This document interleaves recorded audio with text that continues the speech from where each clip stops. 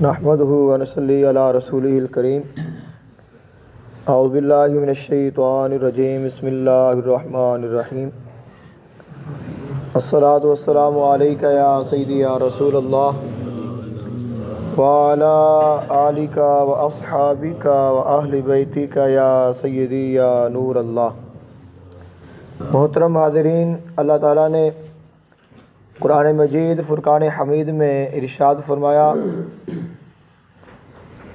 والشمس تجری لمستقر لها ذلك تقدیر العزیز العلیم والقمر قدرناه منازل حتى عاد كالعرجون القدیم۔ خلق کائنات نے ارشاد فرمایا، یہ سورج اور یہ چاند یہ اللہ تعالیٰ کی نشانیوں میں سے نشانیاں ہیں، اور اللہ تعالیٰ کے حکم کے مطابق یہ چلتے ہیں۔ سورج اور چاند ان کے حوالے سے ایک خاص چیز ہوتی ہے جس کو سورج یا چاند گرہن کہا جاتا ہے۔ تو آج 9:53 پر جو چاند گرہن ہے اس کا آغاز ہوگا، اور دوپہر 12:12 پر فل عروج پہ ہوگا، اور 2:32 پر یہ ختم ہوگا۔ تو چاند گرہن آج دوپہر لگنا ہے، تقریباً 10 بجے سے لے کر 2 بجے تک۔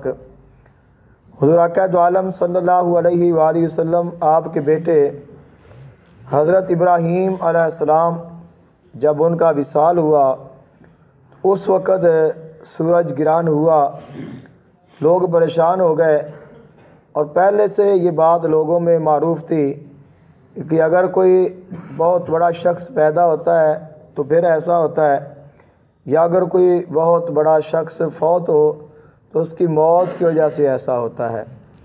تو جب یہ بات پہلے ہی معروف تھی، اب یہ واقعہ ہوا تو اس کے بعد پھر سورج گرہن لگا، تو لوگوں نے کہا کہ شاید یہ بات واقعی سچ ہو۔ تو حضور آقا دو عالم صلی اللہ علیہ وآلہ وسلم آپ مسجد میں تشریف لائے، آپ علیہ السلام نے تمام لوگوں کو جمع فرمایا، اور آپ علیہ السلام نے 2 رکعت نماز خسوف ادا کی۔